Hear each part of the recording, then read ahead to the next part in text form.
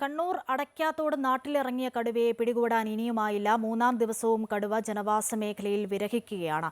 വനംവകുപ്പിന്റെ പിടിപ്പുകേട് കൊണ്ടാണ് കടുവയെ പിടികൂടാൻ സാധിക്കാത്തതെന്ന് പ്രദേശവാസികൾ പറഞ്ഞു. കണ്ണൂർ അടയ്ക്കാത്തോട്ടിൽ ജനവാസ മേഖലയിൽ ഇറങ്ങിയ കടുവയും വനപാലകരും കള്ളനും പോലീസും കളിക്കാൻ തുടങ്ങിയിട്ട് ദിവസം 3ആയി.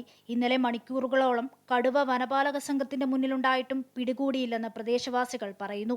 മയക്കുവെടി വെക്കാനുള്ള വിദഗ്ധ സംഘം എത്തുന്നതിന് 10 മിനിറ്റ് മുൻപ് വനപാലകർ പടക്കം പൊട്ടിച്ച് ഓടിച്ചുവിട്ടുവെന്നും കടുവയെ പിടികൂടാൻ വനംവകുപ്പിന് താൽപര്യമില്ലെന്നും നാട്ടുകാർ ആരോപിച്ചു.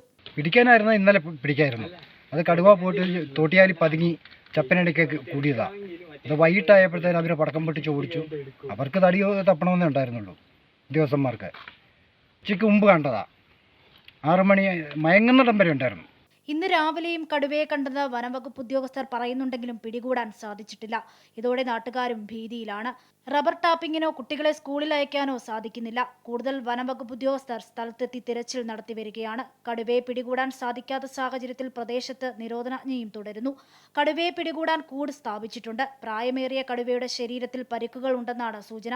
ഇതാകാം കാട് കയറാതെ കടുവ നാട്ടിൽ തന്നെ തുടരുന്നതെന്നാണ് പ്രത്യേക സംഘത്തിന്റെ വിലയിരുത്തൽ. അമൃത ന്യൂസ്, കണ്ണൂർ.